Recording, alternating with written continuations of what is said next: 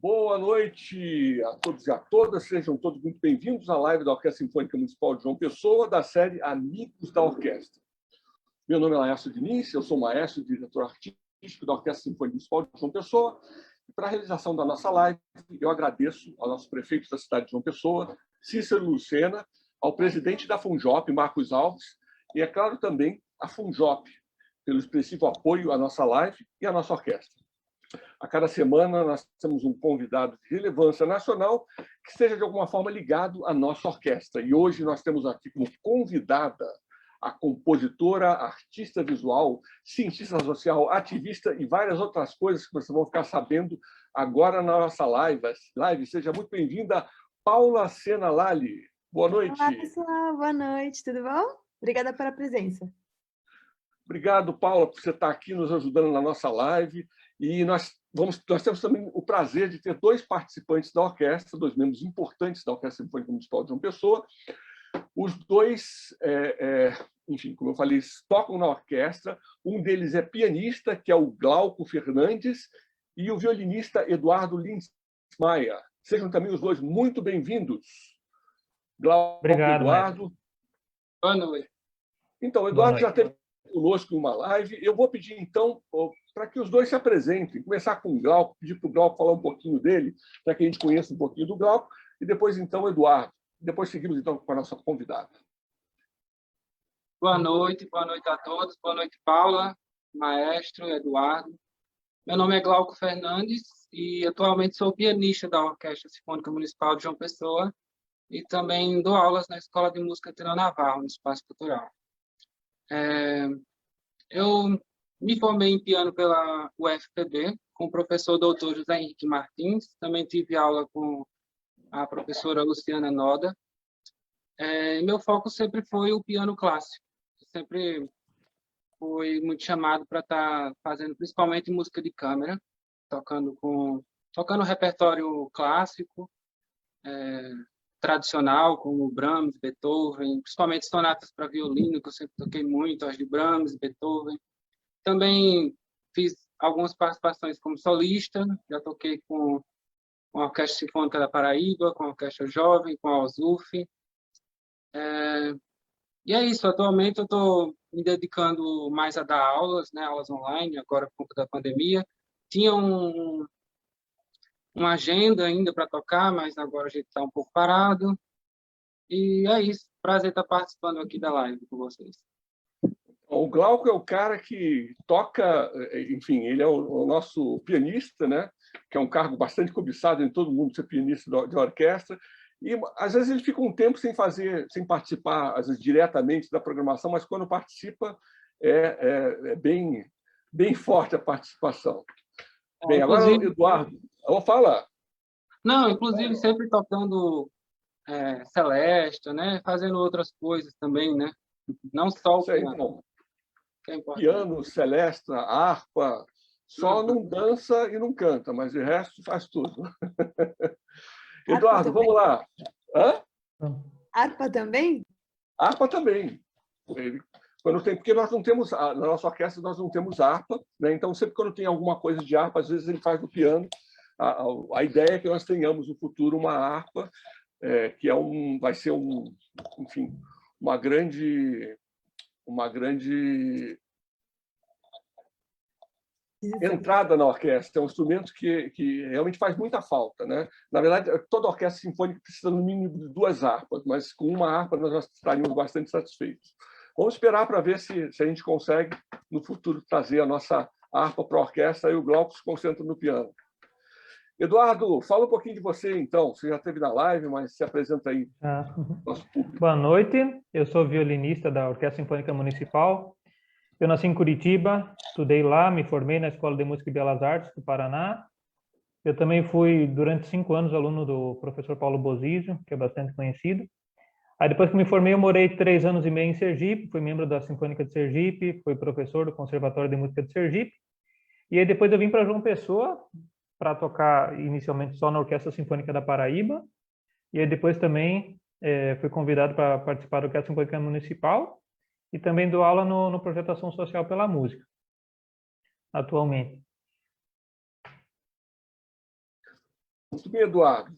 Eduardo enfim, é um violinista com bastante experiência e tem nos ajudado bastante na orquestra. Eu descobri agora também que ele entende de edição de partitura, entende de uma área que é super complexa, então vai ser melhor aproveitado agora nessa próxima gestão. E agora a gente vai finalmente para a nossa convidada, que, mais uma vez, eu agradeço pela presença, Paula. Vamos falar então de você, né? Conhecer um pouquinho, para quem não conhece, eu acho assim.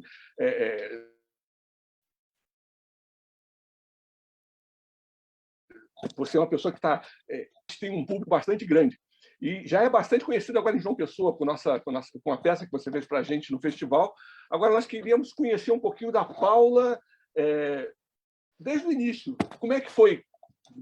Aonde você nasceu? Como é que começou a sua carreira? Seu amor pela música? Olha, começou desde criança, né? Eu sempre fui uma pessoa apaixonada por música. Só um minutinho que eu estou tendo uma participação especial aqui do meu pequenininho. Só um minutinho.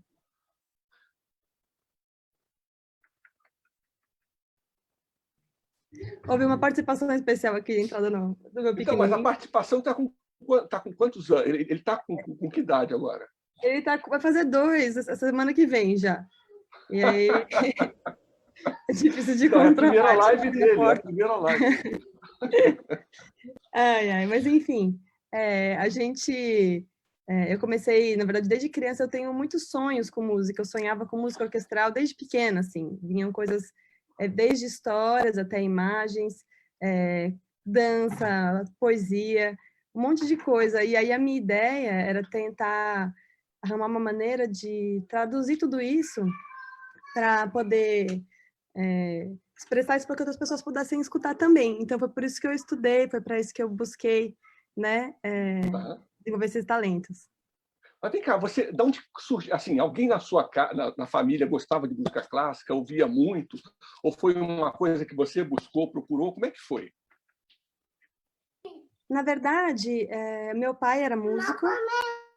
Espera aí só um minutinho.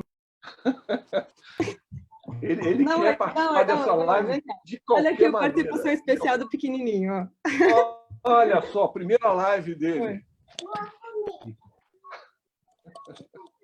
Então, aí, na verdade, meu pai era músico e o sonho dele, na verdade, ele tocou piano clássico também, tocava flauta, cantava ópera. E o sonho dele era trabalhar com música, era ir para essa área mesmo. Ele era o filho mais velho de 8. E no final o pai dele, que era um pastor presbiteriano, era de uma família simples, e ele foi mais rígido, falou, não, você não vai conseguir se sustentar desse jeito, vamos procurar uma carreira mais tradicional. E então, na verdade, o sonho do meu pai, ele era uma pessoa bem espiritual, vamos dizer, ele tinha esse sonho de louvar a Deus com a música. E no final ele não pôde fazer isso, por conta dessa escolha de carreira, ele acabou virando um engenheiro especializado em acústica. E foi por conta dessa paixão por música que ele teve, né, fez essas escolhas. E foi engraçado porque eu acabei realizando esse sonho que ele tinha, né, de uma certa forma. Então, ele faleceu quando eu era pequena, quando eu tinha 10 anos, mas ele já chegou a me dar umas aulas material, me levar nas aulinhas de música, quando eu comecei criança. Então, deu para ele acompanhar um pouquinho dessa história. Mas, assim, você já cedo, você já teve seu primeiro intercâmbio. Aí, a Austrália, fala um pouquinho para a gente. Como é que aconteceu isso? Bom, na verdade, quando eu tinha 15 anos, eu tive essa oportunidade de estudar fora. Eu morei na Austrália com a minha irmã, na verdade, quando eu tinha 15 anos. E ela já era um pouquinho mais velha para fazer uma especialização em faculdade, o curso que ela foi fazer especialização, e eu fui com ela, a gente ficou morando juntas lá. Eu estava fazendo colegial, né, colegial, agora já estou fora de época, já não era o high school, né, daquela época, e a minha irmã estava fazendo especialização em marketing, e a gente morou juntas e ficamos lá, fiquei lá uns 6 meses. Foi super legal. Depois você voltou, aí depois veio a USP, logo em seguida, ou demorou um pouquinho? Aí eu voltei, eu estava no segundo, naquela época seria o segundo colegial, né? Era o segundo ano do ensino médio daqui, acho que. E aí depois eu fiz mais um, né? E já entrei na faculdade. Aí eu fui para USP e estudar ciências sociais, que era uma coisa que eu sempre quis fazer, sempre quis estudar antropologia quando eu tinha uns 12 anos, eu fui para a Grécia, tive a oportunidade de ir para a Grécia e a gente teve como guia um antropólogo. E eu fiquei muito fascinada por tudo aquilo que ele falava, porque ele ia explicando cada coisa, cada detalhe da arquitetura, das esculturas, com esse símbolo, o que significava, por que era daquele jeito, por que era aquela pedra, por que eram aquelas cores, por que era aquela forma. E eu achei aquilo muito fascinante. Então, eu sempre decidi naquele dia, né, que eu conheci ele, que eu ia fazer isso, que eu ia estudar isso. E aí eu fui mesmo. No final, eu estudei antropologia. E aí você... Me especializei em antropologia da arte. Da arte. E pelo que eu vi, parece que você começou a criar um mundo próprio, porque aqui você entrou na área de psicologia, eu estou lendo aqui, mitos de criação e contos de fada, histórias da arte. Eu acho assim, você estava criando um mundo para você, o interesse, mas isso tudo voltado para a arte em geral, ou já tinha uma ligação com a música, isso? Então, na verdade, assim, como desde muito criança eu tinha esses sonhos mesmo muito vívidos com imagens, com música, com tudo isso, eu acabei começando a estudar música desde criança e continuei, né, me especializando, mas para mim era muito difícil escolher que caminho que eu seguiria, porque não era para eu conseguir traduzir aquelas imagens, que era o meu objetivo já desde criança também, porque eu achava que elas tinham um sentido maior, que elas eram como se fosse uma mensagem, era alguma coisa que estava me falando comigo, eu não sei o que era. E aí, o que aconteceu? Eu tive que descobrir como realizar esse chamado que eu achei que eu tinha, na verdade, essa grande inspiração, né? E aí, o que eu fiz? Quando eu decidi que eu ia estudar antropologia, foi um pouco também por influência da família, porque a gente já tinha o Instituto Ayrton Senna, já tinha uma grande relação com a área social, e eu sempre tive essa preocupação mesmo com nosso impacto no mundo, realizar alguma coisa que fosse para algo além de nós mesmos, né? E deixar algo que fosse um legado, um impacto positivo no mundo, já era uma coisa muito da minha família. E aí, de certa forma, eu fui juntando isso e eu queria descobrir como fazer isso na arte, né? Então, só que ao mesmo tempo, eu falei assim, eu preciso descobrir o que já foi feito, o que já foi pensado sobre arte e o pensamento humano na história, assim, antes de trazer coisas novas, porque eu achava que quando a gente coloca uma coisa nova no mundo, a gente tem uma responsabilidade de estar ocupando um espaço na vida no mundo, né? Na vida das pessoas. Alguém vai olhar aquilo vai ocupar algum lugar e eu tinha essa preocupação de só colocar alguma coisa para fora que fosse importante ou que tivesse um sentido, que valesse a pena, sabe? E foi por conta disso que eu fui estudar essa área de antropologia. E eu escolhi estudar na USP especificamente porque, além de ser uma faculdade, uma universidade muito boa, né? Porque eu tinha lá a possibilidade de construir o meu currículo. Lá você tinha muita flexibilidade dos cursos. Então, como eu já estava lá na cidade universitária, eu poderia, dentro do meu currículo, que o Ciências Sociais tem essa grande vantagem que é um curso de 4 anos, mas 2 anos são formais e 2 anos são totalmente informais. Você escolhe o que você quiser estudar, praticamente. Você vai indo para as áreas que você quiser. E eles têm um monte de cursos, inclusive, que eu poderia fazer, inclusive fora das ciências sociais. Então, foi essa escolha que eu fiz. Eu estudei desde todos os básicos de antropologia, sociologia, ciências políticas, que tinha a ver com todo esse meu interesse de impacto, de conhecimento, de base. E eu fui para psicologia, mitos de criação, eu fui para história da arte na faculdade de arquitetura, estudei arqueologia, estudei grego clássico, estudei tupi-guarani, estudei todo tipo de coisa. Eu só não estudei mais música lá na USP porque era um curso que só podia entrar quando você tivesse feito mesmo o percurso tradicional pela música. Eles eram muito fechados. Mas de economia, história, tudo que você pode imaginar, eu dei uma passadinha, porque eu sempre sou uma curiosa, assim, e sou muito, muito apaixonada por conhecimento. Nossa, impressionante. Você precisa ter um hard disk, ter uma memória, porque é muita coisa diferente, né? Eu acho que tudo se completa muito. Você, enfim, arqueologia, letras, economia e por aí vai. Geralmente a gente pensa sempre em áreas muito separadas, né? E você, de certa forma, conseguiu juntar isso tudo e para ter um resultado, enfim, que completava o teu sonhos, né? Você acha que isso fez a tua personalidade, isso ajudou? Até que ponto essa diversidade influenciou no trabalho que você faz hoje, essa quantidade de coisas? Então, assim, primeiro porque eu sou uma pessoa que sou muito apaixonada por conhecimento, sempre fui. Tinha uma sede de aprender, de conhecer muito grande. A minha irmã tirou um sarro de mim, porque quando eu era pequenininha, ela me encontrou lá na biblioteca lendo, naquela época, a enciclopédia. Aham. Eu queria tanto aprender que eu abria a enciclopédia e ficava lendo quando eu era pequena, assim, com 10 anos de idade. Sempre fui uma pessoa, assim, muito sedenta de conhecimento. E isso, na verdade, foi só o começo, porque para mim essa foi a primeira, deu uma passada geral para fazer um conhecimentos gerais, que eu achava que ia funcionar, e depois eu ainda fui ampliando, aí eu fui pegar conhecimentos específicos na área de arte, diferentes, né? Em todas as áreas que eu tinha interesse. Eu acho que é um pouco por conta dessa minha... Primeiro, eu acho que é uma grande sede que eu tenho. Segundo, era um senso de que eu queria criar alguma coisa com um propósito, e aí para criar com um propósito eu queria entender mais sobre o que já existia, e onde tinha essas coisas em relação com o propósito. Eu acho que a antropologia tem muito disso, porque não é uma... Quando você fala em arte, em culturas mais tradicionais, normalmente elas têm uma função social, elas estão desempenhando um papel de estruturar a sociedade. Isso é muito legal. E é uma coisa que eu me apaixonei desde o começo. Acho que foi esse o clique que me deu quando eu conheci lá o antropólogo explicando os templos gregos lá. E aí, eu acho que é um pouco da minha personalidade de ter esse range de interesses, mas é muito também porque eu tinha essa paixão por esse projeto específico de explorar esses sonhos que eu tinha, e eles tinham tantas linguagens diferentes, e para mim era uma coisa muito densa. Eu queria entender onde que eu podia começar a chegar perto do que aquilo significava, na verdade. E quando é que surgiu, então, a ideia de a Paula vai virar compositora? Né? Então, você, de repente, resolveu, vou virar compositora, ou uma coisa que você já vinha construindo, e como é que foi essa procura? Foi um direcionamento? Você se voltou simplesmente para a música só, ou continuou levando as outras áreas em comum? Olha, quando eu era criança, como eu te falei, eu já escutava essas músicas. Aí o que acontecia é que a minha mãe tinha um gravadorzinho, eu pegava o gravador e cantava a melodia, que eu tinha escutado no meu sonho. Sim, eu tinha, sei lá, eu faço isso acho que desde que eu tinha pelo menos...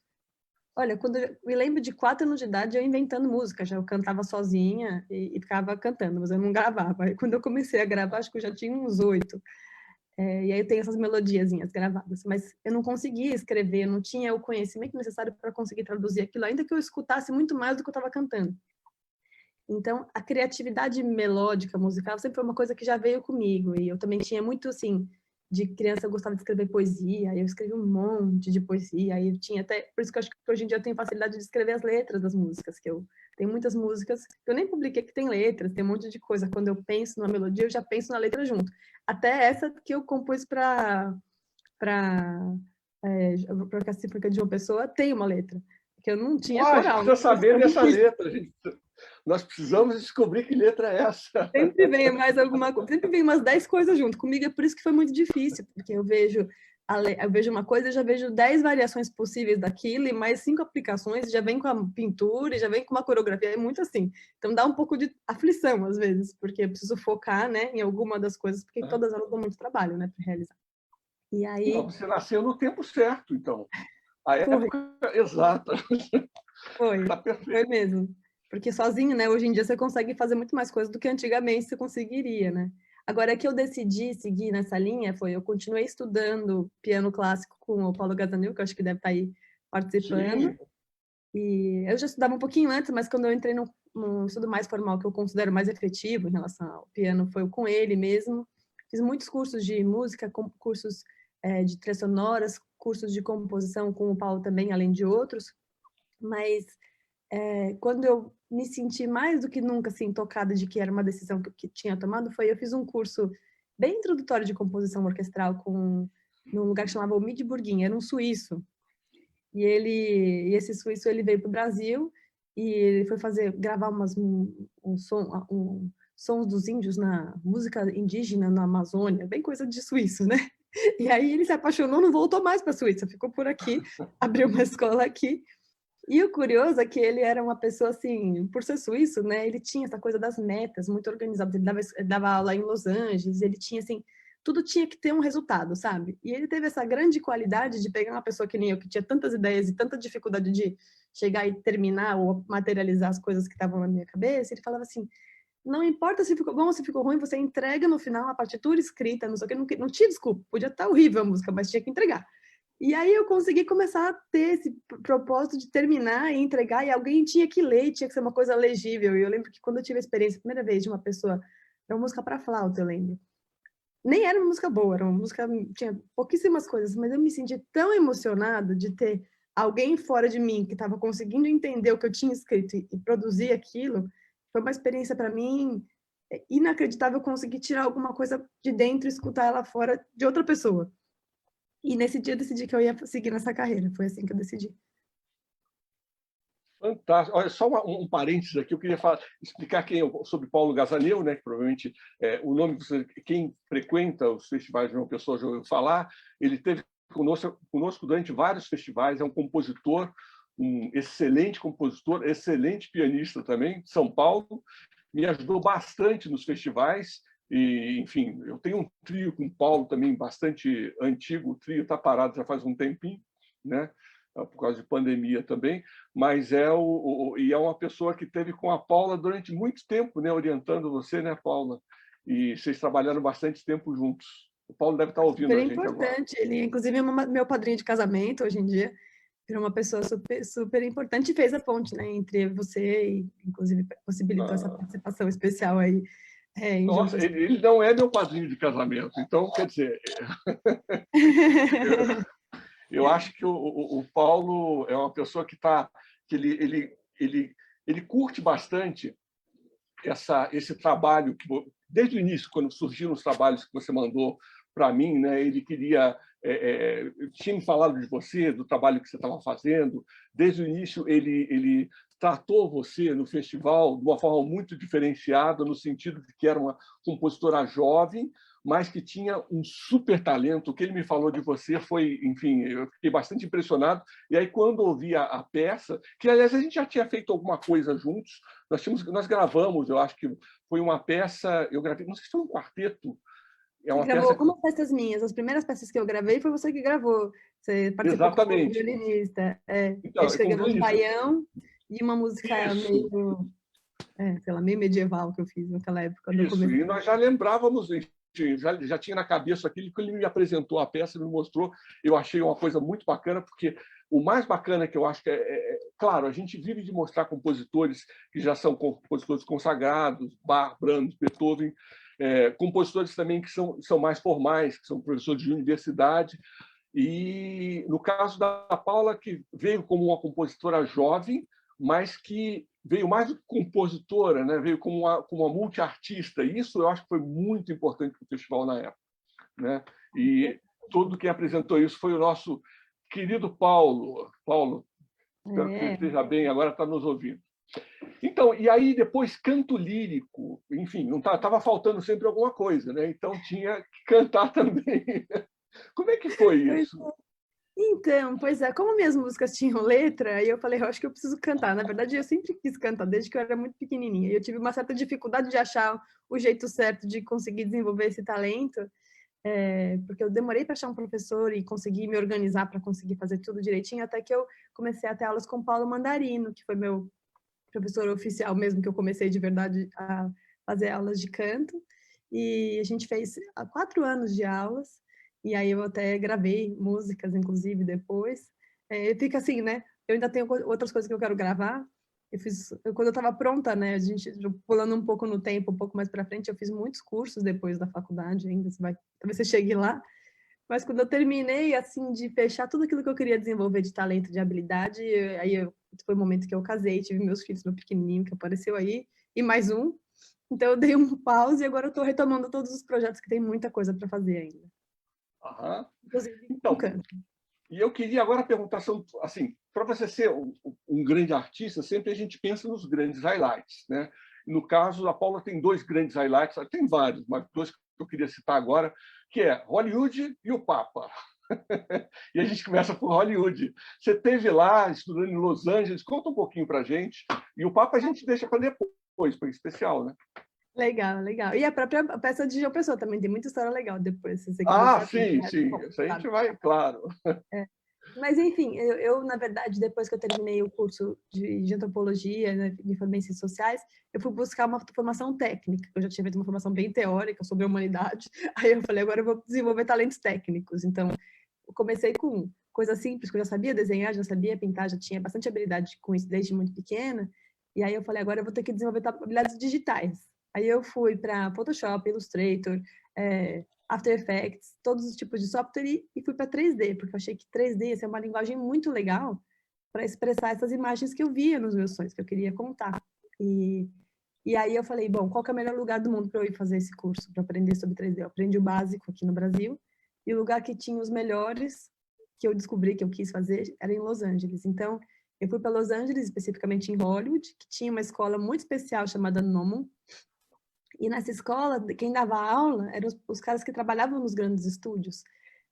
Então, trabalhavam nos filmes mesmo. Na própria escola tinha o primeiro prop do filme do Homem de Ferro, tinha a própria armadura do Homem de Ferro do primeiro filme, porque o professor trabalhava lá. Assim, era muito, muito legal assim, o ambiente. E lá eu tive aula com esses professores incríveis, que naquela época trabalhavam no Avatar, trabalhavam nesses grandes filmes. E estudei lá, fui 2 vezes para lá. Eu fiquei um período de 3 meses, 2 vezes em Los Angeles. E lá também eu comecei a fazer meus primeiros cursos de escultura mesmo, escultura. Porque, na verdade, assim, como eu tinha coisas meio visuais que eu queria traduzir, hoje em dia, se você vai numa carreira de artes plásticas mais tradicional, numa faculdade de belas artes, por exemplo, tem muito pouca gente que trabalha com figurativo, né? Não é mais uma coisa que está muito em voga. E o tipo de coisa que eu queria traduzir precisava de muita técnica, figurativo, para você conseguir expressar coisas muito específicas que eu estava visualizando. Então, foi mais fácil descobrir gente que ensinasse esse tipo de coisa na indústria cinematográfica do que no meio artístico mais tradicional. E aí foi legal, porque eu fui descobrir lá. Tive aula também com o Glenn Vilpo, que é uma lenda do desenho. Ele deu aula para o pessoal que fez os filmes de animação da Disney, sabe? Ele já tem 85 anos, esse professor. Ele é um senhor super velhinho e ele é um cara incrível, incrível. E eu tive aula com ele bastante tempo, já faz muitos anos que eu tenho aula com ele, inclusive online. E ele deu aula para esses grandes caras que fizeram as animações da Disney, que ele já começou a dar aula com 20 anos, tá? Imagina, já faz mais de 65 anos que ele está dando aula de desenho. Uma lenda. Isso é fantástico, né? Porque a referência muda, né? Quando você trabalha com um cara desse, né? Então, agora vem cá. E aí, depois veio a responsabilidade, aí vem a história do Papa também. Instituto Ayrton Senna, né? A família chama. E como é que foi essa integração aí com o trabalho, todo o trabalho que tem com o Instituto Ayrton Senna e depois, enfim, a criação do busto, a história com o Papa lá? Conta um pouquinho para a gente. Bom, assim, tem 2 lados diferentes. O primeiro é que eu sempre acompanhei o trabalho da minha mãe, né, que é a Viviane Senna, desde quando ela resolveu fundar o Instituto. Então, eu acompanhei do começo até todo o trabalho que ela fez, viajava junto com ela, participava das coisas, então foi uma coisa meio que fez parte da minha formação mesmo, né? Quando você cresce vendo seus pais fazendo uma coisa, é muito difícil você se distinguir um pouco, né, disso. Então, até pensei o que eu ia fazer, como é que eu ia ajudar a colaborar, sempre tive essa preocupação, mas uma coisa que sempre teve muito, que eu acho muito legal, na minha família, especificamente na minha mãe, é que ela falou assim, cada um nasce com um propósito, cada um tem o seu talento. O Ayrton, ele, que é o Ayrton Senna, que é meu tio, ele era piloto de Fórmula 1. E, no entanto, ele fez um bem enorme para as pessoas em termos de inspiração e para o país, em termos de autoestima, sendo piloto de Fórmula 1, né? Ele não estava, sei lá, ele não estava fazendo projeto social, né? É muito engraçado que cada um tem a sua maneira de gerar impacto. E ela era psicóloga, e gerou um impacto enorme com o trabalho do Instituto. Ela falou assim como eu, assim, você não precisa fazer a mesma coisa que eu ou que o Ayrton, você pode fazer aquilo que você é. E aí eu fui, né, na minha formação, com a minha cabeça, essa visão artística que eu sempre tive, e eu sempre tive uma visão de impacto. Eu trabalhei em um monte de projetos, inclusive eu sou do board do Conselho do Instituto Ayrton Senna, eu represento a Fundação internacionalmente, sempre que tem eventos eu que vou, faço palestras, já abri um monte de eventos, represento o Instituto faz muitos anos, já faz mais de 15 anos que eu faço isso, que é um trabalho que eu faço, além de um monte de trabalhos como ativista nessa geração jovem. Então, eu participei, realizei eventos internacionais no Brasil, fazendo esse tipo de eventos para jovens engajados como Nexus, redes de conexão para doação, um monte de coisas eu já fiz. E passei um bom tempo fazendo isso também. Mas, no final, né, agora você está perguntando do projeto do busto. Então, aí depois que eu desenvolvi mais habilidades de desenho e outras coisas, eu comecei a resolvi ir para a área de escultura. Me choquei um pouco comigo mesmo, porque eu já fazia 500 coisas. Eu falei, agora eu vou fazer escultura também. e fiquei meio assustada comigo, mas para mim foi uma coisa tão natural. Aí foi uma coisa que veio muito fácil, essa parte da escultura para mim. E tanto que eu estava fazendo, né? Na verdade, tinha acabado de começar a fazer escultura figurativa, assim. E um dos meus no segundo projeto, no terceiro projeto em termos de rosto, assim, a minha avó viu um busto que eu tinha feito e falou assim, não, olha, eu quero que você faça um busto do Beco. Beco é como a gente chamava o Ayrton, né? E pra gente ele é Beco, né? E aí ela falou assim, porque muitas pessoas fazem obras sobre ele, muitas pessoas criam, né, retratos incríveis dele, mas de certa forma eu não consigo reconhecer ele nas coisas que eu vejo. Eu queria ver se você conseguia fazer isso. Muito legal. Aí eu fiquei muito apavorada, né?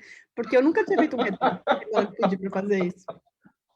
E a minha avó não é aquela avó assim, fofinha, boazinha, que acha que tá tudo ótimo. Não, ela é uma pessoa super exigente. Assim, apesar de ser uma pessoa incrível que eu amo de paixão, ela é uma pessoa que é muito exigente, especialmente quando se fala do Ayrton, que era filho dela. Ela dificilmente aprova qualquer coisa sobre ele, entendeu? E aí eu sabia que não ia ter facilitação nenhuma por ser o que estava fazendo, pelo contrário, assim, sabe? A gente é super exigente na família Sena, que todos os estándares são bem altos. E aí eu olhei e falei, olha, eu fiquei com medo, aí eu demorei para fazer. Fiquei segurando um pouco, será que eu vou me colocar nessa situação ou não? Porque é difícil, né? E aí o meu avô me chamou e falou assim, olha, você prometeu para sua avó que você ia fazer esse busto, eu quero ver esse busto pronto. Aí eu fui lá, sentei e fiz. E ficou tão bom que, na verdade, assim, foi uma coisa muito incrível, porque eu não estava acreditando que estava dando certo, para ser bem honesta, foi ficando muito, muito bom mesmo, assim.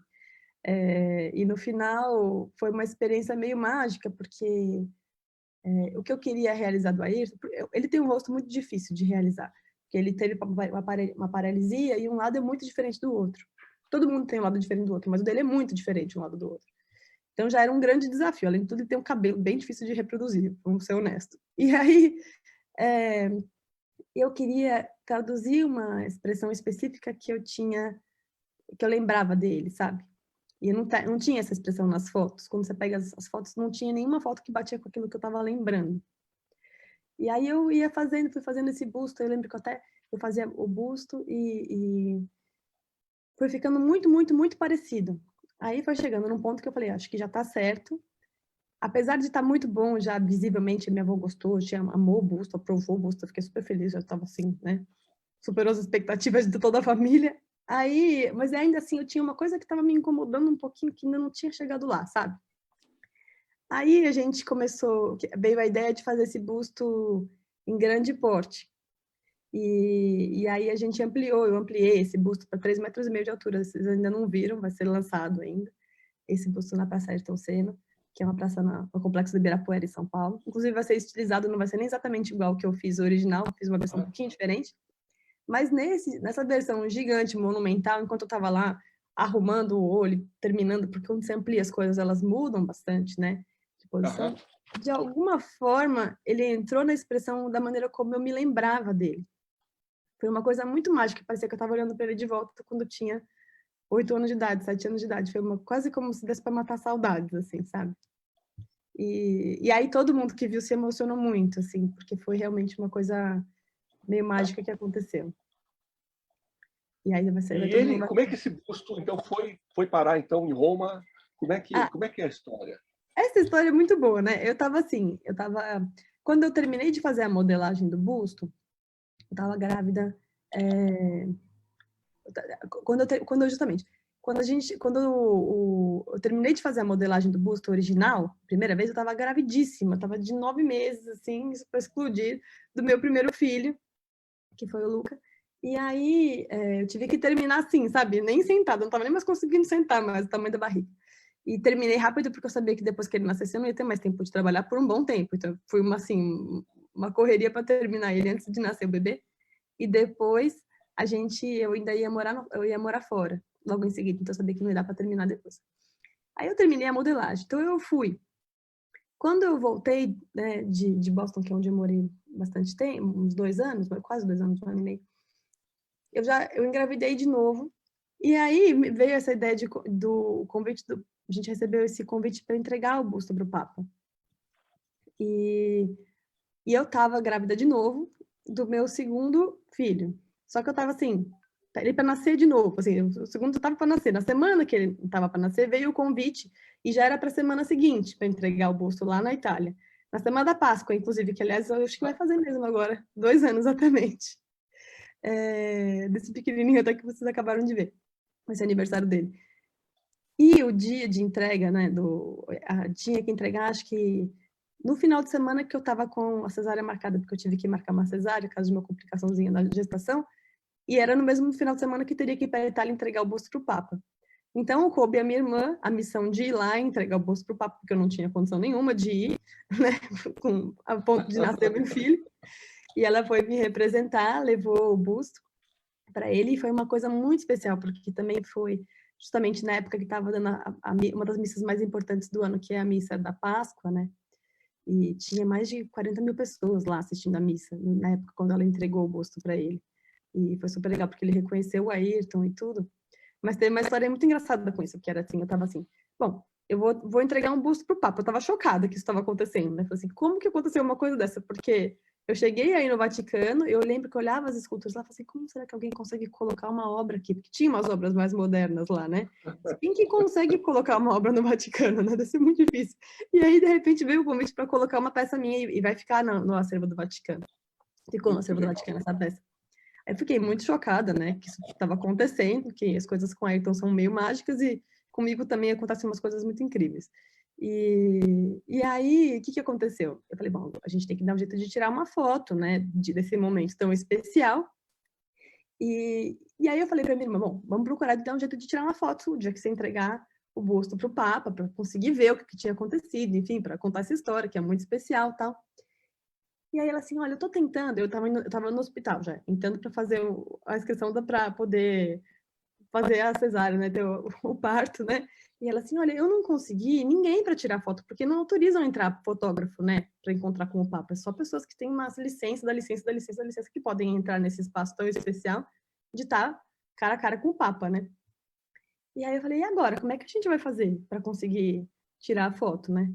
Aí eu liguei para a Reg, que é você que me apresentou ela, lembra? Foi na Murray, ela trabalhou no festival, nossa assessora, minha assessora de imprensa, depois virou assessora do festival. Eu contratei ela, e aí eu falei assim, eu vou ligar para a Reg, só para saber se tem um jeito de, sei lá, o que a gente pode fazer para conversar, para conseguir ter essa foto, ou se a gente não consegue tirar foto, como é que a gente divulga uma coisa assim, né, tão especial, tão incrível, né? E aí, o que aconteceu? Eu liguei para ela, assim, no dia, né, um dia antes, e ela assim, eu falei, então, Reg, vou entregar o busto para o Papa, você sabe alguma maneira da gente contar de como a gente aconteceu isso e tal? E ela assim, então, a minha irmã é assessora de imprensa do Papa. Você acredita? Essa é incrível. Nossa, a Reg é impressionante, ela tem uns negócios do além. Assim. Foi muito além. Aí ela, assim, a irmã dela já trabalhava na televisão do Vaticano, conhecia o Papa, tomava lanche com o Papa, ela era super próxima. E aí ela arrumou o negócio em 1 minuto, estava indo na maternidade, e ela conseguiu fazer todas as fotos, e enfim, depois deu para registrar esse momento por conta dessa coincidência incrível que aconteceu, né? Foi uma super coisa mágica, assim, foi muito legal. Fantástico. Bem, a Reg Murray é uma assessora de imprensa, trabalhou comigo durante 5, 6 anos diretos, né? Depois apresentei ela para a Paula, mas ela me falou em algum momento isso, eu não levei muito em conta. Eu realmente levei em conta quando você falou. Eu não sei se é aquela confusão, a gente sempre trabalhava com coisas muito rápidas, ela era minha assessora, né? Então geralmente eu passava as coisas para ela. E ela me falou, também foi assim, bem en passant, ela nunca usou isso para uma elevação. Não, foi uma coisa muito incrível que aconteceu, foi assim, do nada, né? todo além, uma coisa dessa. Exatamente. Escuta, agora nós temos os nossos 2 músicos da orquestra aqui, e a gente vai continuar, ainda queria perguntar umas coisinhas para a Paula, mas vamos então, eles estão loucos para perguntar, eu estou vendo aqui que o Glauco está com umas 5 perguntas na ponta da língua e o Eduardo com umas 10. Então vamos lá. Pessoal, podem começar. Posso falar antes? Pode. E, Paula, você vai lembrando as coisas, você vai falando. Tinha um momento que eu estava quase interrompendo. Tinha um momento ali que eu estava quase interrompendo logo no começo, que eu queria muito fazer essa pergunta. Paula, na verdade, tem algumas perguntas também que o pessoal está mandando, mas primeiro eu queria fazer uma pergunta minha mesmo. Uma das coisas que mais chamou a atenção quando eu conheci um pouco mais a tua história, hoje lendo o currículo, foi quando me deparei logo nas primeiras linhas que você estudou ciências sociais. É uma coisa que quase ninguém sabe, acho que aqui em João Pessoa ninguém sabe, só quem me conhece há mais tempo. Eu estudei ciências sociais durante algum tempo na Universidade Federal do Paraná, em 2006, né? Olha que Porque legal! eu enfrentasse uma certa resistência da minha família na música, né? Assim, acho que como você também, né? Que eles falavam que não tem que ter uma profissão de verdade e tal. Depois eu consegui convencer eles do contrário. Aí eu acabei, e eu sempre gostei muito de história da música e conhecer mais e tal. E aí, como naquele momento, pelo menos, eu não podia entrar na faculdade de música, eu tinha que entrar numa faculdade de verdade, né? Eu fui para ciências sociais. Só que no meu caso, eu não consegui sobreviver um ano lá dentro. Talvez por causa disso que você falou, que nos 2 primeiros anos é uma coisa muito técnica, né? E só depois que é uma coisa mais livre, né? E eu sempre me interessei muito por história da música, mas sempre foi aquela coisa muito contemplativa, assim, sabe? Não era uma coisa racional. De quando entrou lá e eu precisei começar a enxergar isso como ciência, foi uma decepção total. Aí eu não cheguei a sobreviver um ano lá, eu saí, conversei com a minha família, falei, não, eu quero a música puramente dita, né? Como é que foi, assim, você sofreu também essa espécie de decepção no começo, nessa parte mais técnica, ou você já estava bem ciente de onde você estava entrando? Olha, eu acho que tem realmente um peso grande, né, nesse primeiros anos de ciências sociais, que é uma carga de leitura, é uma das maiores, acho que de todos, é mais que acho, direito. Você passa, assim, não sei quantas horas, mais de 20 horas por semana lendo, né?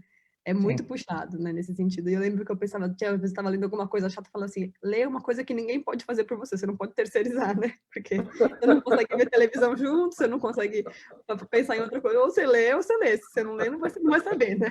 Então, eu lembro que teve momentos que eu pensei sobre isso. Agora, eu acho que eu estava um pouco preparada para essa questão de que ia ser uma coisa mais pesada e em termos técnicos, né? E teve muitas coisas que são não necessariamente o que eu estava buscando de princípio, mas como eu sou uma pessoa extremamente curiosa, eu acho que eu sempre achei tudo tão interessante. E depende um pouco também da pegada da faculdade onde você está, porque eu sei que tem faculdades que têm propostas diferentes. Na área de humanas, né, você tem muita variedade em relação a como que se aborda algum assunto. E eu acho que eu tive essa felicidade que na USP eles tinham um pouco do estilo que eu estava querendo buscar, assim, sabe? Então, daqui eu sobrevivi bem, eu começo. É, Glauco? Opa, vai lá, vai lá. não, pode falar, pode, Glauco, desculpa. pode falar, Eduardo. E como é que foi? Bom, porque no caso você estava estudando de uma maneira científica uma coisa na qual você estava imersa, que é a música, né? Você era uma artista que executava música. Eu me lembro até que acho que a frase-chave para eu desistir da faculdade foi uma professora de antropologia na época lá, não vou citar nomes, lógico, né? Mas ela falou em relação ao estudo de religião, que uma pessoa que tinha uma determinada religião queria fazer um estudo sobre aquela religião, e ela falou que a pessoa não podia fazer um estudo científico sobre a fé dela. Daí, tipo, meu único interesse lá, lógico, eu queria fazer faculdade de música, né? Mas eu tava lá porque eu não podia fazer faculdade de música, então eu queria usar isso para estudar música. Eu lembro que essa frase eu voltei arrasado, assim, sabe? Eu pensei, não, eu não tenho vocação para isso aqui, sabe? Bom, Não. é Era só um, isso que eu queria comentar mesmo, né? Aí eu realmente, eu estudei no Paraná, né? Na Federal do Paraná, mas foi pouco tempo, eu não aguentei, não. tem que ter essa questão do distanciamento científico, né? Se você está dentro de alguma coisa, é muito mais difícil você ser objetivo, né? Em relação a observar aquilo cientificamente, Uhum. né? Que é um dos princípios mesmo. Mas é que eu acho que, no meu caso, eu nunca tive o objetivo de fazer pesquisa de campo, por exemplo, de entrar na antropologia e fazer uma pesquisa de campo objetiva sobre algum assunto. Eu estava muito mais interessada em absorver o conhecimento do o que as pessoas pensavam, por que elas faziam isso daquele jeito, e ler sobre aquilo que já tinha sido pesquisado, né? Então, eu Sim. não tinha esse conflito, porque eu não estava tentando questionar. E acho que eu, como artista, eu uso o conhecimento que eu tenho de antropologia mais como material e insumo a respeito daquilo que eu posso pensar, e menos para criticar o meu próprio trabalho e me distanciar ou ter um approach científico daquilo que eu estou fazendo, sabe? Eu acho que eu usei mais como uma ferramenta. Isso talvez tenha sido a razão do seu conflito também, porque você estava querendo, na verdade, estudar música por tabela, né? Ia ser o oposto do que eles estavam incentivando mesmo, com certeza. Uhum. Legal. Glauco agora. Então, vamos aí às suas perguntas. Eu tenho uma pergunta aqui de um aluno, que o nome dele é Miguel Mochizuki. Ele tem 12 anos, ele já é um excelente pianista, inclusive ele é premiado, já participou de concursos e ganhou como melhor intérprete de bar, já ficou em segundo lugar. E ele queria Que legal. saber o que você vê em seu instrumento, o piano. O que há nele que lhe levou a se tornar pianista? Poderia falar um pouco da história de você e esse instrumento? Uhum. Claro, com certeza. Eu acho que o piano foi um instrumento que sempre foi uma facilidade para mim, porque o meu pai tocava piano, né? Então foi o primeiro instrumento que eu tive em casa. Eu tinha em casa, então eu podia tocar, né? E eu lembro que eu tinha uma amiguinha quando eu era criança que começou a fazer aula de piano. E aí um dia eu fui assistir a aula dela. E aí eu comecei um pouquinho mais tarde, eu não comecei tão cedo quanto ele, com certeza ele já deve tocar incrivelmente com 12 anos, né? Eu comecei um pouquinho mais tarde, que eu tinha uns 8. E aí a professora falou assim pra mim, eu quero que você improvise. Ela era uma professora de jazz, essa professora. E naquele dia que eu sentei pela primeira vez, ela pediu para improvisar alguma coisa. Eu tava morrendo de vergonha, né? Porque improvisar sem saber nada de música, né? E eu lembro que eu fiquei improvisando e eu achei aquilo tão legal que eu podia inventar música na hora, né? E aí eu comecei a fazer aula com essa professora. Tive essa grande liberdade no começo. Eu acho que o piano me ajudou porque, como eu já tinha muitas melodias na minha cabeça, eu conseguia traduzir elas muito fácil na mão, né? E você, mesmo que você não toque maravilhosamente bem, você consegue achar as notas no piano e gravar uma melodia, né? Se precisar. Isso e cantar, né? São coisas que vieram muito naturalmente, assim. Tanto que eu acho que eu tenho zero vocação para violão, por exemplo, ou instrumento de cordas. Eu nunca nem cheguei muito perto, assim. É, e eu acho que, não sei, é um instrumento que eu sou muito apaixonada, porque ele permite que você consiga tocar coisas orquestrais, né? Porque você consegue tocar muitas vozes ao mesmo tempo e consiga planejar músicas também. Então, acho que ele me facilitou muito, especialmente por esse lado da composição, especialmente.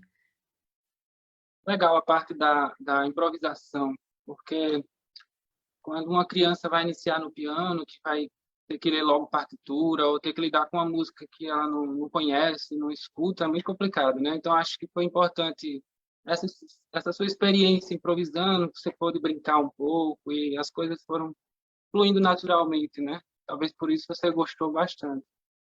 Eu acho que, assim, apesar de meu pai querer que ele ficou empolgado quando eu comecei a estudar piano e ele me trouxe um monte de partituras. Eu lembro que quando eu comecei a desejar estudar piano, as pessoas da minha casa achavam que era, sabe quando criança quer fazer uma coisa e depois ela inventa outra, depois inventa outra, então ninguém nem me levou muito a sério.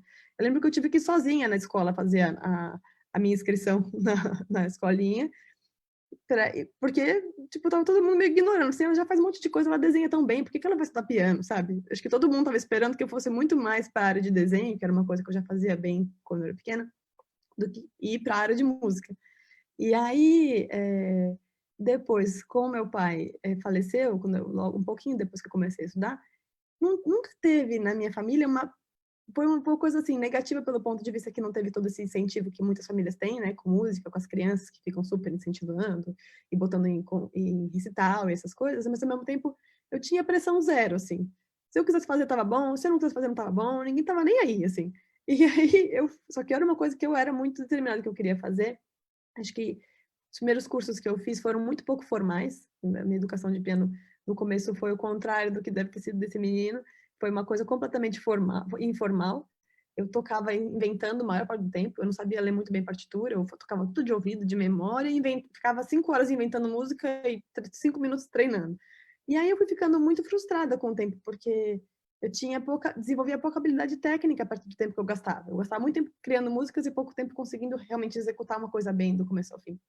E aí foi aí que eu comecei a ter aula com o Paulo Gazanel, que era mais firme na técnica, e eu fui desenvolvendo uma técnica. Então, eu acho que foi bom que eu tive essa grande abertura, porque eu passei muito tempo criando muita intimidade com o piano em relação a pensar coisas, inventar, ter essa liberdade, não ter nenhuma preocupação, não ter nenhuma pressão.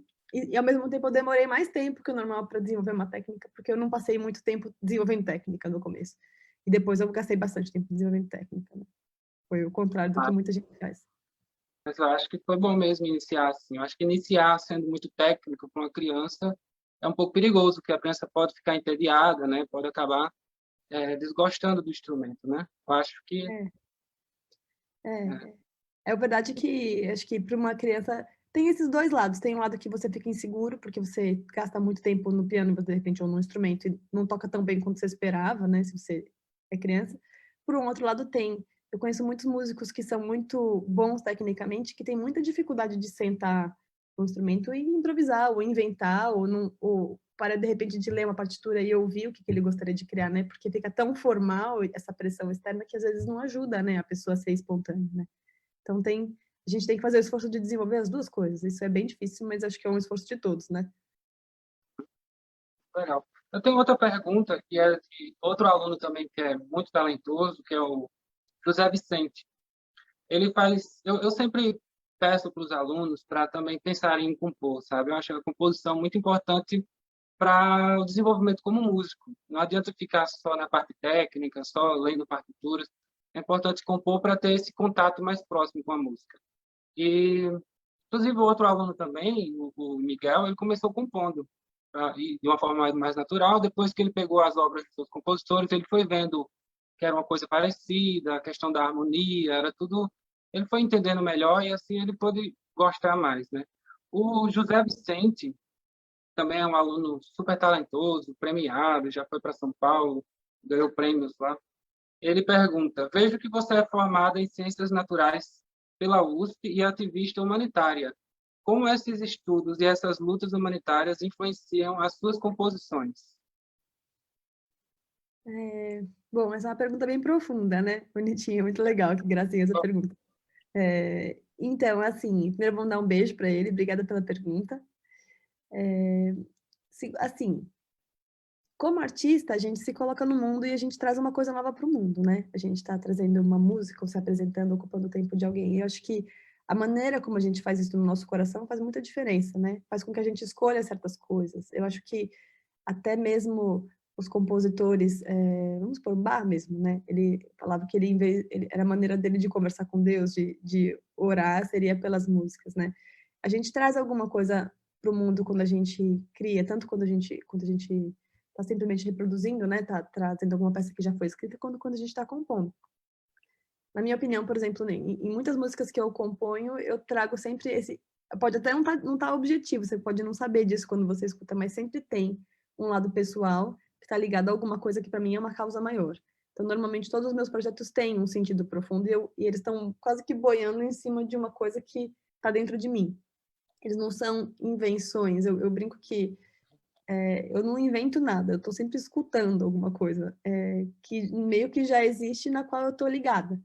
E essa coisa que eu sinto dentro de mim, que acho que é a mesma coisa que tem desde que eu era criança, é essa sensação de que tá todo mundo junto, que nós somos um grande todo, que o mundo é um mundo de harmonia, que existe um lugar onde todas as coisas convergem, onde todas as coisas têm um espaço para si, e na qual uma grande causa maior a qual a gente deveria estar ligado. E é assim que eu me sinto quando eu crio alguma coisa. E, na verdade, é como se eu escutasse isso. Então, para mim, tudo aquilo que eu crio, que eu toco, que eu faço, é uma expressão disso.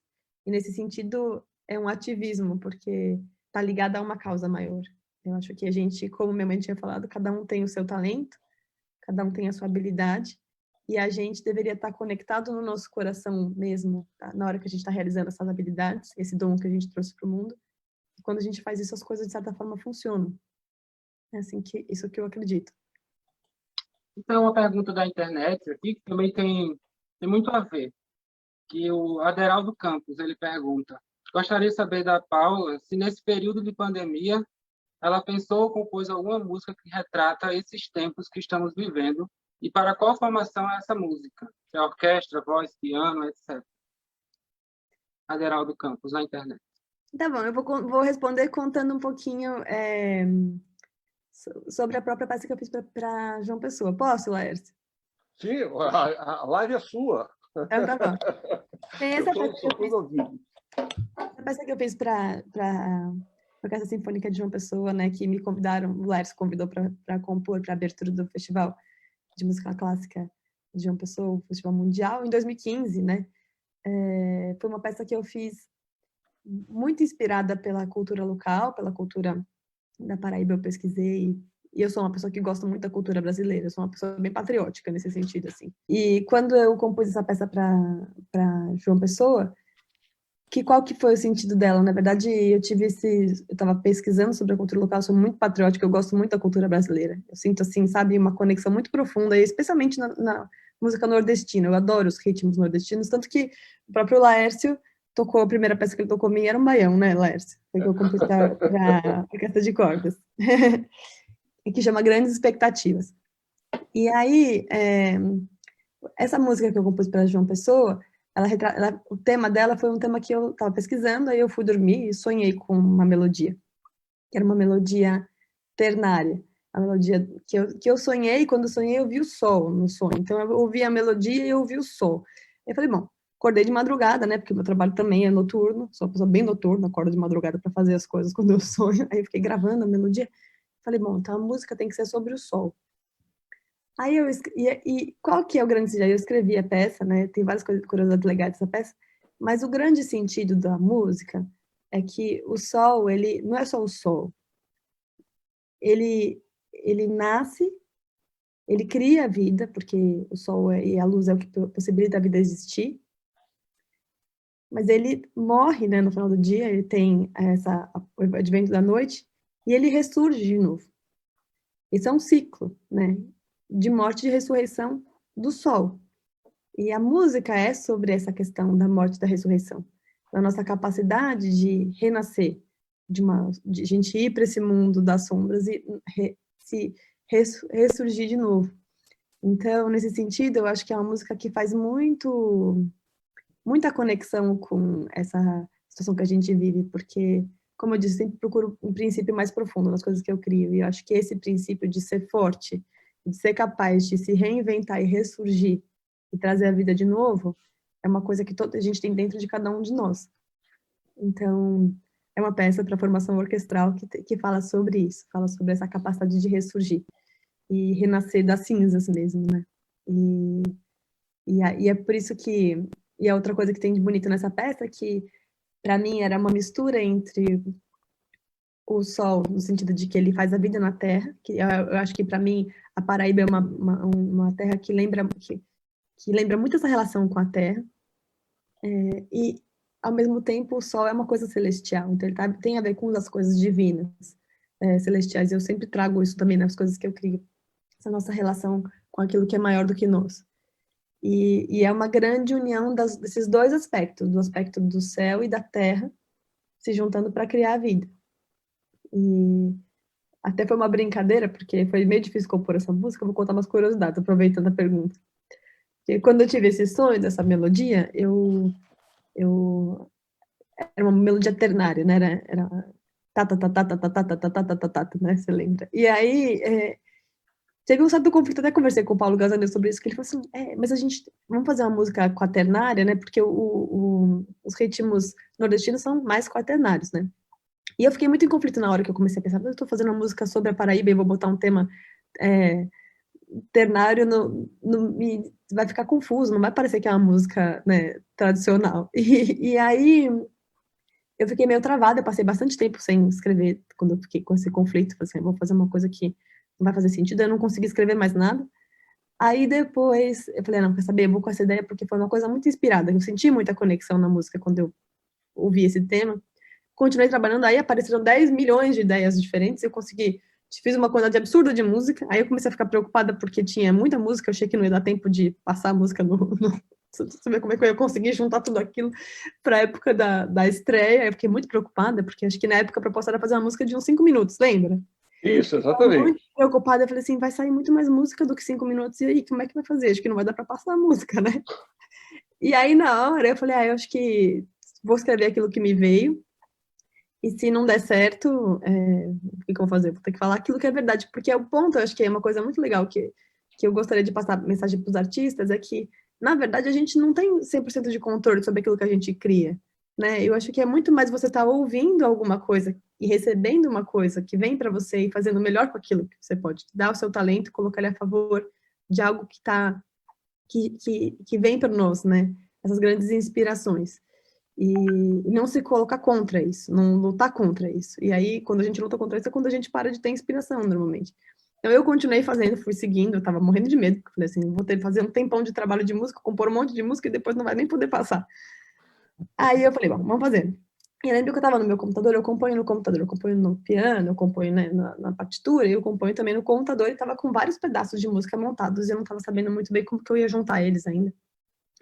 Juntá-los, né, vou falar português correto. Aí, o que aconteceu? Na hora que eu fui improvisando, que eu também gosto muito de compor improvisando, fui tocando, né, os instrumentos e tal, não sei o quê, e de repente, por algum acaso, a frase que eu terminei de tocar, eu tinha criado a primeira versão do começo, e eu tinha copiado ela e colocado ela lá pra frente na pista do software, pra ver se eu comparava as versões e via qual que eu gostava mais. E por alguma coisa, eu fui tocando, tocando e vai passando a pista, né? No software tem uma pista que vai passando. E ela entrou na parte final, perfeito, assim. Parecia que tinha sido combinado, assim, foi. E foi muito legal, porque foi uma grande integração. Na verdade, essa música, ela começa e termina igual. Ela começa com o tema do sol e termina com o tema do sol. Porque, na verdade, o sol faz um ciclo de morte e renascimento, de nascimento, morte e ressurreição. Então, ela fala sobre isso, justamente, né? E aí fez sentido. Falei, agora eu consegui terminar a música. Foi assim que eu terminei a música. Desse jeito. Recomeçando. E aí Então, essa música a gente vai ouvir no final, né? Enfim, para o público aqui que está, depois a gente vai passar, que dura 10 minutos, mas quando eu falei 5 minutos, é mais ou menos 5 minutos no final, o tempo ficou perfeito, né? Foi 10, 11 minutos, é perfeito para uma abertura. Foi assim mesmo, eu acho que tinha mais uma pessoa que tinha que compor alguma coisa, a pessoa não entregou no final, e deu tão certo, ficou perfeito a música para o tempo que precisava, mas eu estava muito preocupada, né? A gente mesmo fica com as preocupações, às vezes a gente se limita. E foi muito legal, porque no final, né, eu me questionei tanto sobre esse tema que eu tinha posto no começo, e quando a gente chegou, né, em João Pessoa, que eu fiquei sabendo que a cidade é considerada a cidade do sol nascente, porque é a cidade mais oriental das Américas, né? O sol nasce lá primeiro do que nasce em qualquer outro lugar de todas as Américas. Eu não sabia disso, né? Mesmo depois da minha pesquisa eu não sabia disso, eu descobri em João Pessoa. Falei, olha que incrível, eu fiz a música sobre o sol nascendo numa cidade onde o sol do sol nascente, né? E inclusive no meu celular eu estava com o GPS, sabe quando tem aquela previsão do tempo? Tava falando que estava em São Paulo, estava em Florianópolis, estava totalmente perdido o meu GPS quando eu cheguei lá e demorou uns dias para ele atualizar.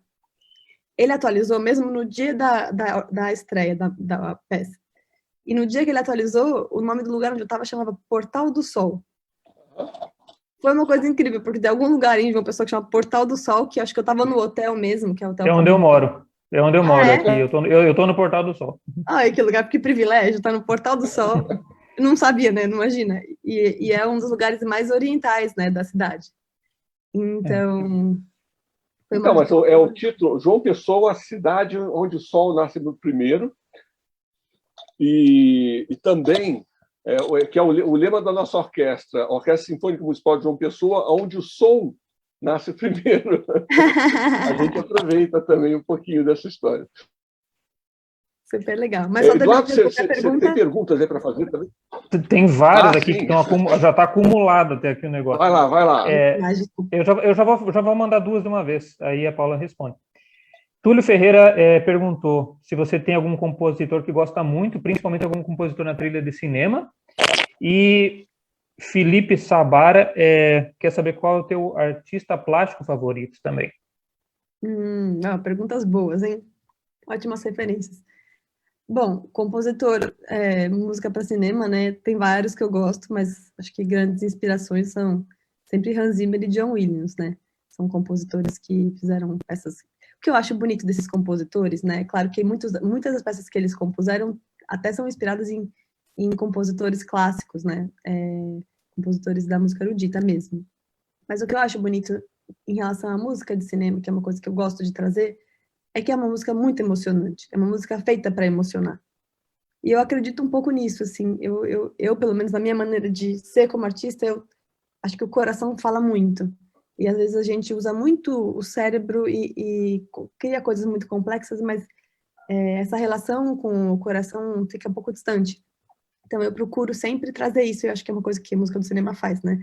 Ela é feita para você não perceber que ela está lá e ao mesmo tempo se emocionar com ela. Então, realmente são pessoas que me interessam bastante. E um beijo para o Felipe Sabaralha, um grande amigo meu também. Obrigada pela participação. Bom, artista plástico. Tem muitos, né? Tem muitos artistas que são grandes inspirações. Um dos que eu mais gosto de todos é o Bernini. Eu sou uma pessoa bem mais clássica, assim, eu gosto das coisas mais antigas, normalmente. E eu acho que ele tinha essa grande qualidade de também trazer, também, como Hans Zimmer, e o John Williams, a emoção para a escultura. Tanto o Michelangelo quanto o Bernini, mas especialmente o Bernini, ele era ator, ele era do teatro. Então, ele achava que os personagens das esculturas eram grandes encenações. Então, ele tinha essa grande coisa, assim, de traduzir emoções humanas nas esculturas. Você pode ver que todas as esculturas dele são momentos emocionados, momentos importantes, momentos que as pessoas estão se conectando. Então, quando você vê a escultura, você se emociona. Também eles são muito plásticos, no sentido de serem um pouco mágicos. A pessoa está se transformando num galho, está fazendo o auge da força, está tendo o encontro com Deus. Pega esses momentos, eu acho isso muito inspirador. Certo. Tem outra pergunta aqui que estão fazendo. Se você pretende compor alguma música para homenagear teu tio Ayrton Senna? Olha, já me passou a ideia várias vezes, né?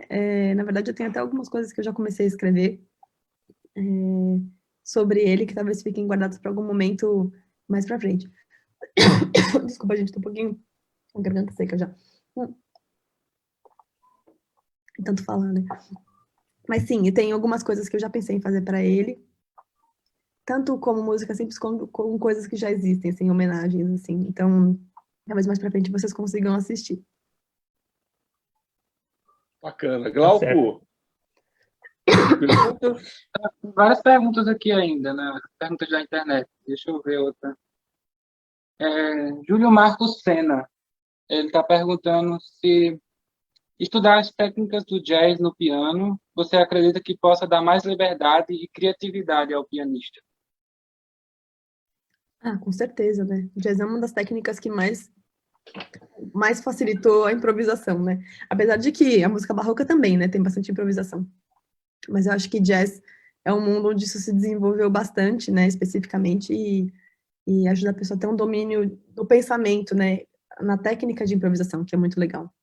Então, sim, com certeza. Eu acho que foram as perguntas. Bia Sena tinha escrito aqui antes de você falar que queria que você contasse a história da música que você escreveu aqui para a nossa orquestra, mas aí você já respondeu isso aí, né? Antes de perguntar, você já respondeu. Não, Então, tá aí. Paula, tem tanta coisa para falar, de coisas que eu vejo assim que você... a gente conhece, vê no currículo, mas sempre tem uma história por trás, né? E uma coisa que eu queria perguntar para você é essa participação do príncipe Albert, e depois o encontro teu com a Daniela Mercury, e falar um pouquinho das tuas esculturas, né? A história com a Elo. Conta para gente aí. Legal, então, vamos lá. Agora a gente já falou um pouco do comecinho da minha formação, contou um pouquinho dos últimos capítulos, eu vou contar um pouquinho do meio, né? Depois que... os 10 anos que passaram nesse período, né, na verdade. Quase 15. Então, assim, bastante tempo.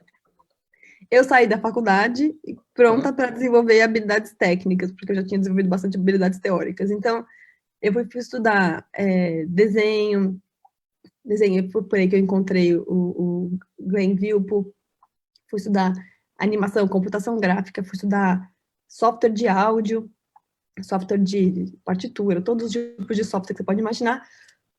E eu estudei.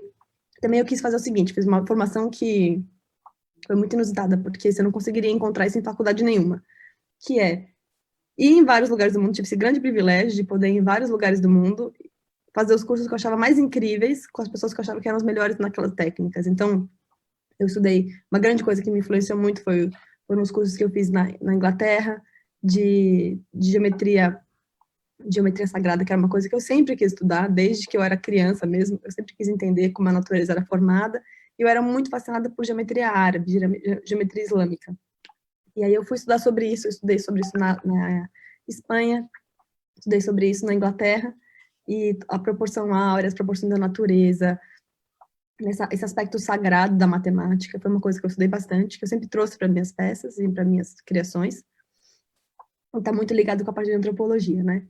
E também eu estudei pintura, técnicas de pintura renascentista com um professor incrível chama David Cranswick, que estudava só isso, foi descobrir como é que as pessoas pintavam na época do Renascimento, na época medieval, que materiais que eles usavam, quais eram os pigmentos. Eu fiz curso dos pigmentos para aprender a fazer a tinta da crisocola, o verde, não sei o que, todas essas coisas eu aprendi a fazer, foi muito legal.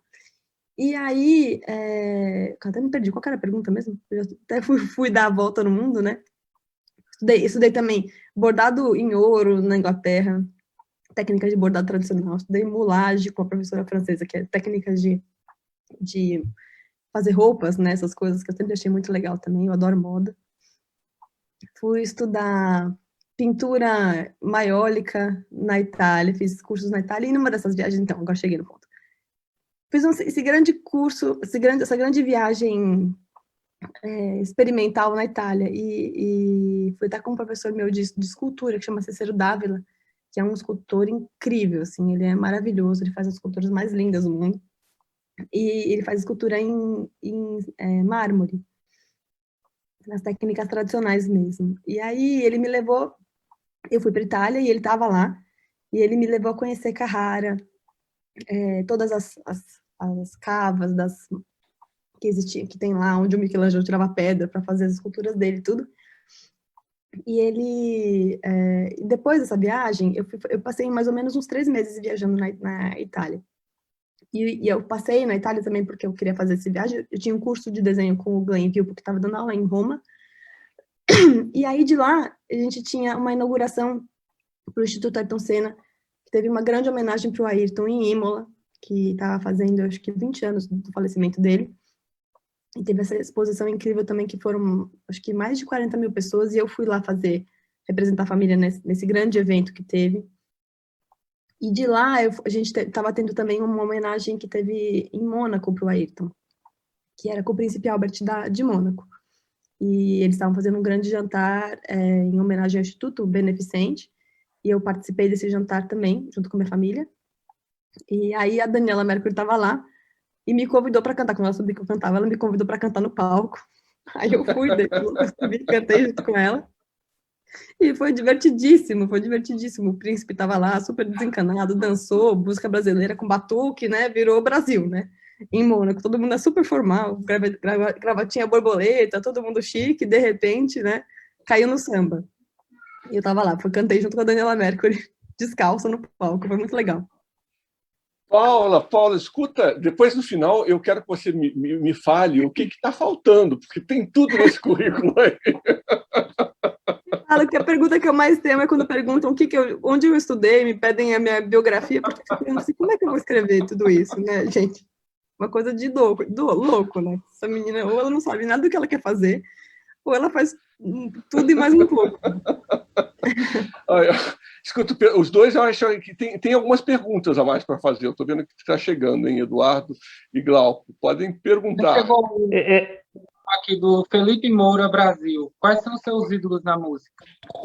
Pergunta. Meus ídolos da música. Bom, eu sou uma pessoa bem diversificada, viu, gente? Eu gosto de vários tipos de música.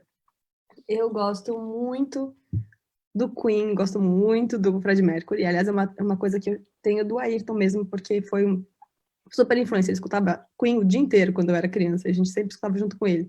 Eu acho que é uma das vozes mais lindas mesmo que eu já escutei. Então, de pop, vamos dizer assim, eu sou bem old fashion no sentido de que eu gosto mesmo de Queen. Quem mais que eu posso dizer de música clássica? Eu já falei do John Williams, já falei do Hans Zimmer. Eu gosto muito de Debussy também. Gosto muito e eu acho legal porque até criei algumas peças baseadas, um pouco inspiradas sobre ele, inspiradas nele nessa questão do impressionismo. Eu tenho algumas peças meio impressionistas também por causa dele. Ixi, agora se eu for parar para pensar vai ter um monte, mas vamos ser rápidos, vai. É isso. E músicos brasileiros também. Eu sou muito fã de música brasileira. Uma das músicas que eu mais gosto é aquela Viver e Não Terá Vergonha de Ser Feliz. Eu gosto muito de samba, gosto muito de músicas mais tradicionais, gosto muito de baião. Gosto muito dos artistas brasileiros também. Os mais raízes, assim. Uhum. Bacana. Seu Nascimento, adoro. Tem perguntas aqui, eu estou vendo, da Bia Sena. E aí, quem vai perguntar? Glauco vai perguntar? Posso perguntar. Bia Sena pergunta, pede para ela contar da viagem para a Croácia. História do piano. Ah, não, sério, Bianca, minha irmã, né? Tá Agora você vai ter que contar. Agora quer tirar um sarro. Pergunta de Olha irmã só. é infalível. Ah, não, Pega gente. tudo. Sacanagem, hein, Bia? Sacanagem. Essa é uma história de família, essa história é uma história mais Valeu, Bia. particular. Obrigado. Tá bom. A minha família adora tirar sarro de mim, sabe? Sabe que eu sou a irmã mais nova, né? Então, a irmã mais nova é o foco da atenção, normalmente, né? Então, assim, especialmente o meu irmão, mas eu vi que até a irmã, né? Que veio aqui só para azucrinar, né? Vocês sabem que eu faço 1 milhão de coisas. Então, é um grande desafio fazer 1 milhão de coisas, né? E um dos grandes desafios, fazer 1 milhão de coisas, viajando também, porque eu passei praticamente 10 anos viajando o mundo todo, fazendo um monte de cursos com pessoas muito diferentes. E para conseguir estudar piano, quem é músico aqui sabe, especialmente, bom, qualquer instrumento, mas para ter técnica de piano e técnica de qualquer instrumento, você precisa estudar muitas horas por dia, né? E só que, ao contrário do violino que você põe na mala e leva, piano não é uma coisa tão prática. Aí o que acontece? Para dar conta de fazer tudo que eu queria fazer, eu arrumei um piano que eu carregava para viajar. Então, eu levava um piano, tipo, só que não podia ser um teclado, porque teclado não tem todas as oitavas de um piano normal e não dava para você estudar as músicas do Beethoven, as músicas que você estuda técnica para caber, tem que usar todas as teclas. E também eu era meio chata com isso, queria uma tecla que fosse pesada o suficiente para fazer um exercício que funcionasse. E aí, a gente foi para a Croácia com uma viagem de família, mas eu fazia isso em todas as viagens, tá? Por isso que acho que ela tá perguntando. Eu levei o piano. Então, eu sou uma pessoa que carrego muita coisa. Normalmente, eu carrego, tipo, tudo comigo, assim, eu levo a casa junto. E aí, esse é um ponto de conflito com muitas pessoas, que eu ocupo muito espaço, normalmente. E aí, esse piano, eu fiz, tipo, a gente carregou o piano até a Croácia, levei no hotel, consegui pôr o piano no quarto, e aí eu fiz a bobagem de ligar o piano na tomada, só que o piano era americano, e a tomada era 220, porque era europeia, e queimou o meu piano. Então, assim, tava todo mundo revoltado que eu tava levando um piano até a Croácia. Aí eu cheguei lá e não consegui estudar, porque tava assim, né? Queimou, né? Além de tudo. E aí eu estudei com ele, né? Sem som, né? Foi uma parte que eu fiz um desenvolvimento técnico musical sem áudio, foi só o físico. E a Bia se divertiu durante anos com essa história. Não, é porque eles adoram tirar sarro, porque eu levo mesmo. Essa viagem que eu fui para Itália, eu lembro que eu carreguei o piano, quando eu cheguei, tive que alugar um carro grande para pôr o piano para poder ir de cidade em cidade, carregando um piano junto comigo. E aí eu chegava no hotel que não tinha elevador, né, que eu fui nos lugares muito isolados lá na Itália, e tinha que carregar o piano pela escada, entendeu? Não era uma coisa nada prática, o negócio pesava mais de 30 quilos. Então, tem muitos momentos em que eu estou carregando meu piano com aquela caixona pesada. Tive que parar no aeroporto, todas as vezes eles me param para abrir, porque eles acham que tem arma dentro, sei lá, porque é uma caixa gigante, fechada, lacrada. Enfim, aventuras de músico. Mas talvez você já tenha essa experiência, né, Eduardo? Você que é pianista também. Não, desculpa, é o Glauco. O Glauco É pianista, desculpa. Vai saber, o Eduardo faz tanta coisa. Também pode ser até que ele toque piano, não duvido nada. Não. Mas escuta, nós estamos agora chegando ao final da nossa live, nosso tempo, né? Uma conversa deliciosa aqui com a Paula. Paula, mas de qualquer forma, eu queria que você, nesse final agora, usasse para você, para falar as coisas que, enfim, alguma coisa que faltou dentro do seu currículo, que eu acho que deve estar faltando um monte de coisa. Né? Mas, assim, o que você mais quiser falar. E se Maestro, você pudesse falar... Opa, fala. Eu posso fazer só mais uma pergunta, que na verdade tem muitas perguntas aqui, acho que talvez não dê para fazer todas. Mas tem uma pergunta aqui da Bruna, que é a fagodista da nossa orquestra, ela quer saber como que, com um currículo desse, com tanta coisa que você faz, como é que você ainda consegue ser mamãe? Importantíssima pergunta. Eu acho que faltou esse aspecto, se fosse falar de algum, é esse de esposa e mãe. Olha, como que ela chama, Eduardo? Bruna, olha, Bruna. E a fagotista da orquestra. Ela é fagotista, que legal. Então, Bruna, na verdade, eu acho que o mãe é o maior trabalho de todos, ou é a técnica que a gente estava conversando.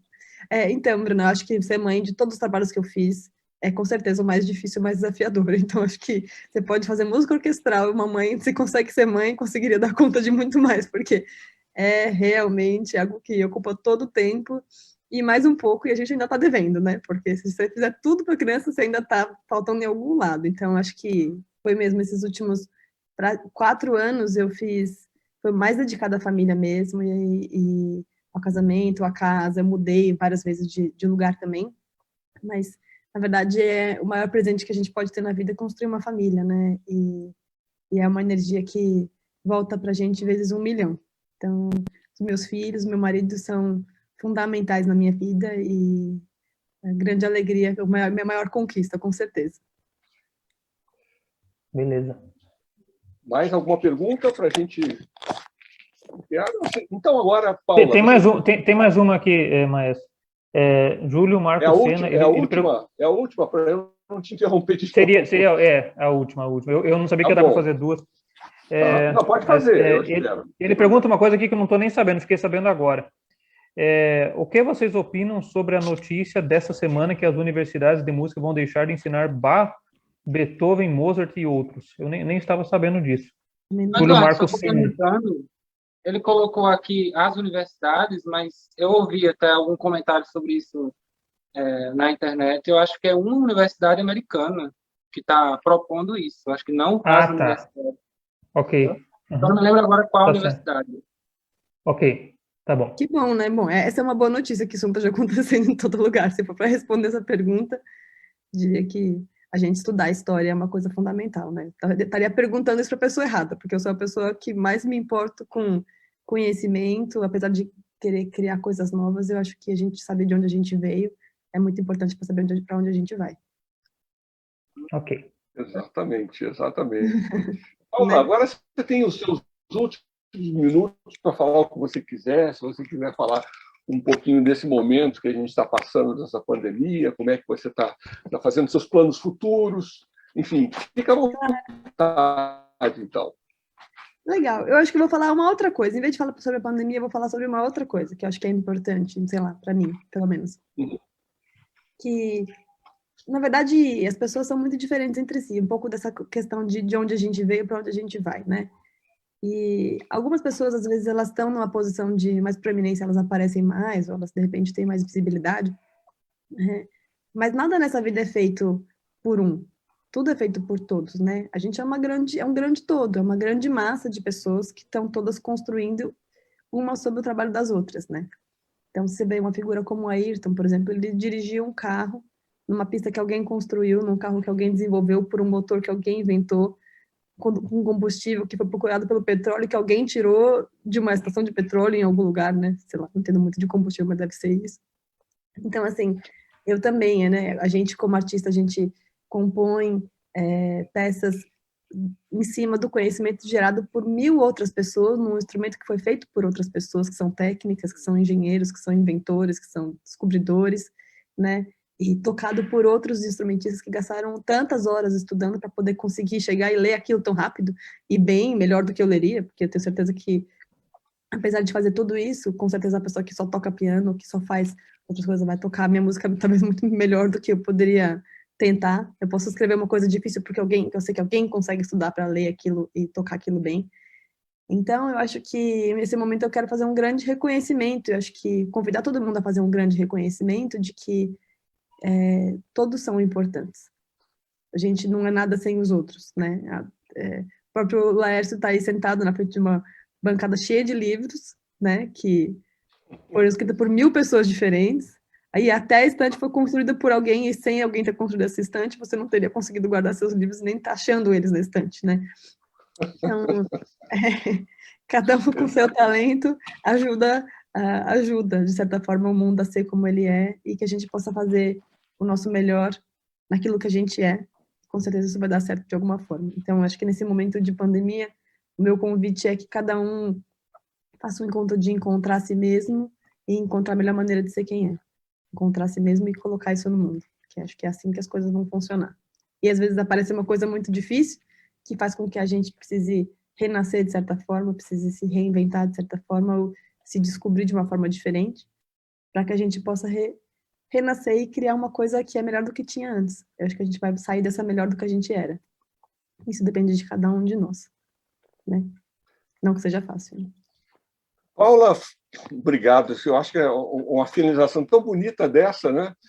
Muito obrigado. A gente vai ouvir, então, agora, no final, a música Criação do Dia, que a Paula fez para a nossa orquestra no Festival de Música Clássica de João Pessoa. E eu tive o prazer de ter a presença da sua avó e da sua mãe, a Viviane, duas pessoas simpaticíssimas. Enfim, foi pouco tempo, a gente conseguiu conversar pouco, mas uma família muito alegre e muito divertida. Foi realmente um grande prazer. Mando um beijo para as duas aí agora, que devem estar assistindo. E eu queria, então, fazer os agradecimentos então, especiais. Posso te contar? Oi, Paula. Você sabe que a minha avó foi assistir a minha estreia? Você sabe que ela caiu lá na rua e quebrou a bacia no dia da estreia? Eu sei, mas eu não queria falar isso na live. Eu fiquei envergonhado. Eu falei, nossa, eu trouxe a avó. E ela quebrou a bacia e sofreu um acidente no dia da estreia, tadinha. E isso foi tão incrível, porque o pessoal de João Pessoa é tão amigo que eu achei muito impressionante isso. Uma pessoa parou na rua, viu que ela estava caída, saiu, era uma médica que estava de folga, foi em casa, trouxe os filhos, pegou um carro para pegar minha avó, levar ela para o hospital, passou o dia de folga dela inteiro com a minha avó no hospital, emprestou a cadeira de rodas para a estreia, e foi por isso que minha avó foi. Então, eu estou só contando o quanto... Eu não queria falar essa história, mas foi, enfim, e ela estava lá, sentada na cadeirinha de rodas lá, mas totalmente atenta, animada, alegre, enfim. Eu não estaria nessas condições com a bacia quebrada. Ela está melhor do que a gente, viu, Laércio? Até hoje, eu acho. Se a gente conseguir ser igual a ela hoje, já vai ser um grande feito, porque ela é realmente incrível, meu avô. Ela é incrível. Então, vamos assistir então esse vídeo e então agradeço mais uma vez a nossa convidada, da Paula, e pela participação, o tempo que ela cedeu. Agradeço também aos nossos músicos da Sinfônica e a todos vocês que doaram um pouquinho do seu tempo para ouvir as histórias dessa grande artista, jovem, mas já grande artista. Agradeço mais uma vez ao nosso prefeito da cidade de João Pessoa, Cícero Lucena, ao presidente da Funjop, Marcos Alves, à Funjop, ao nosso assistente de produção da live, Samuel Espinosa, a Bruna Bonfim pela parte técnica, também ao gerente da orquestra, Hector Rossi, a Nayara Alves e Daniela de Paco. Nós ficaremos agora com a peça Criação do Dia, da Paula Sena Lali. Boa noite a todos e vejo vocês, então, na nossa próxima live. Beijo, pessoal.